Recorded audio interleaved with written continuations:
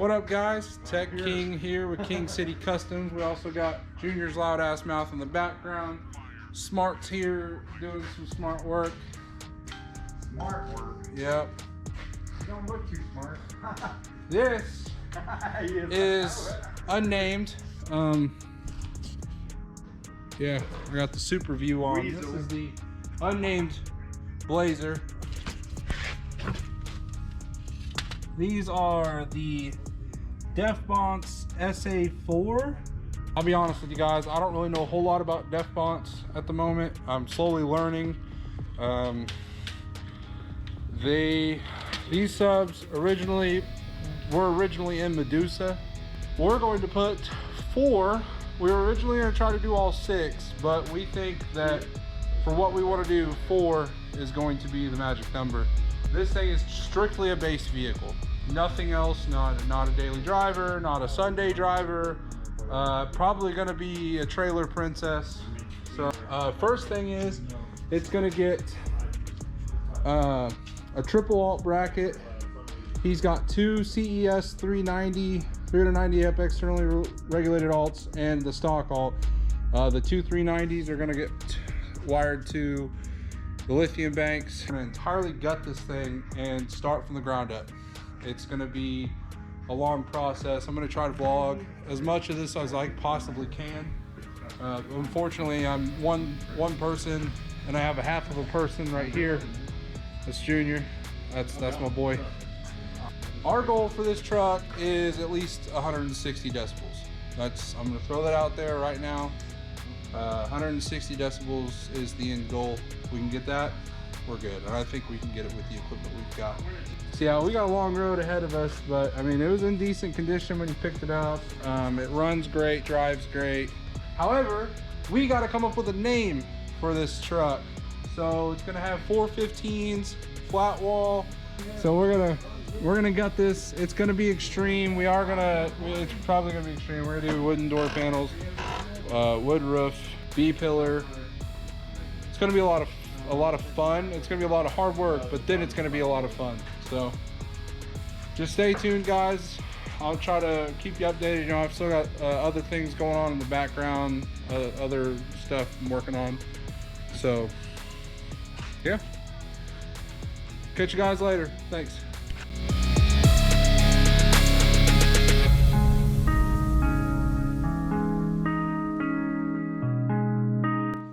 All right, we have no more headliner, no more nothing.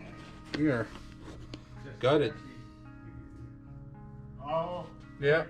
Your wife's sharing my shit. She wants it.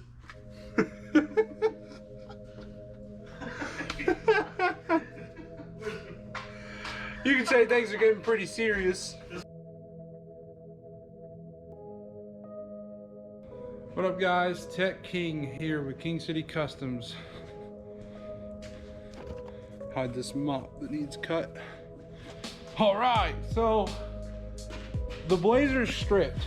I didn't get to get a lot of it on video. The camera kept falling, kept having issues. The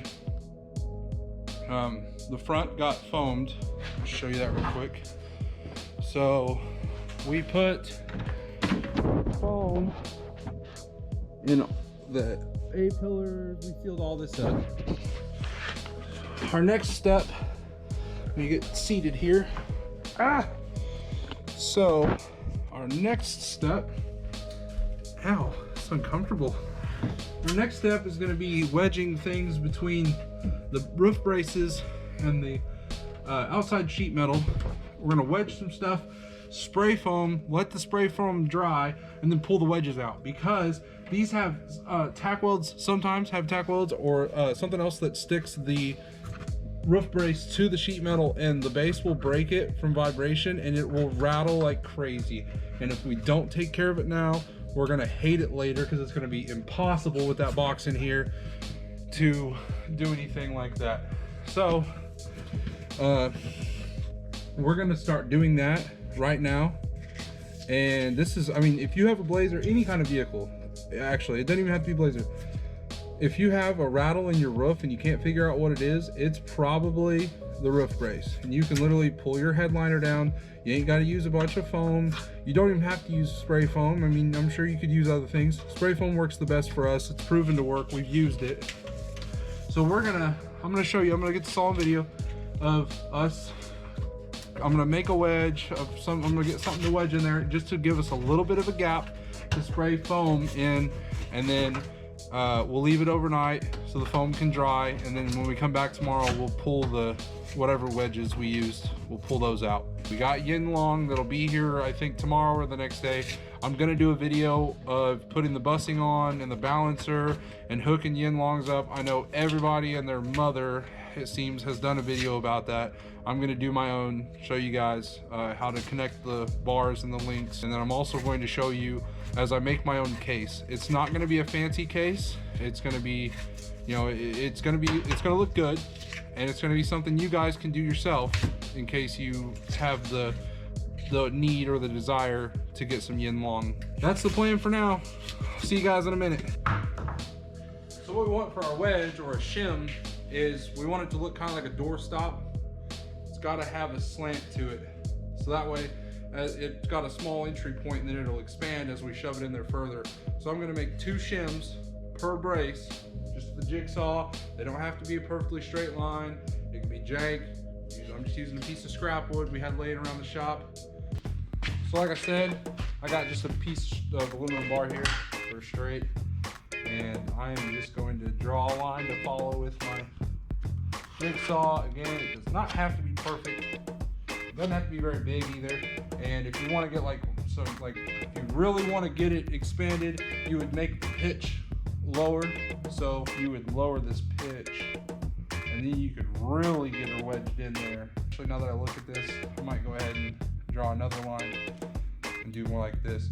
You can also go to your local hardware store like Lowe's or Menards and buy shims. They literally sell there for, I don't know exactly, I'm sure they have a billion uses.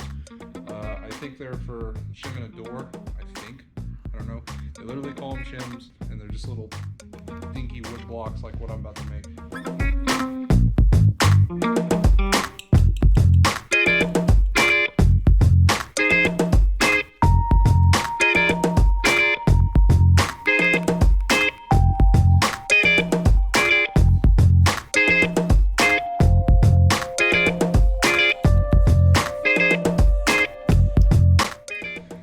All right guys, so we got the foam in.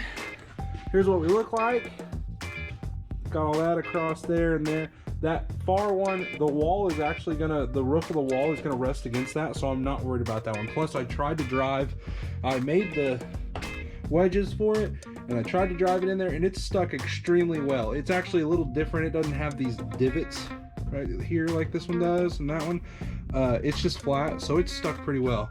So we'll let that ride. Plus, like I said, the wall itself is going to be at that spot. So our next step, just trying to make forward progress, is we're going to go ahead and start building the box. I've got to figure out if I want to.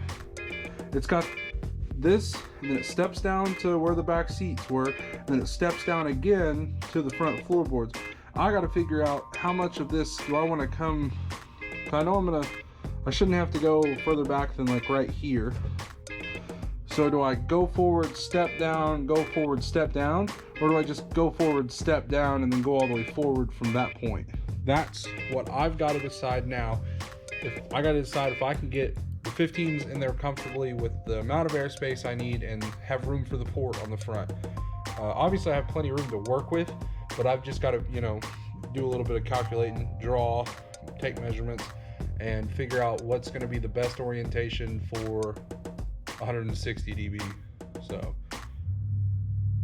there you have it.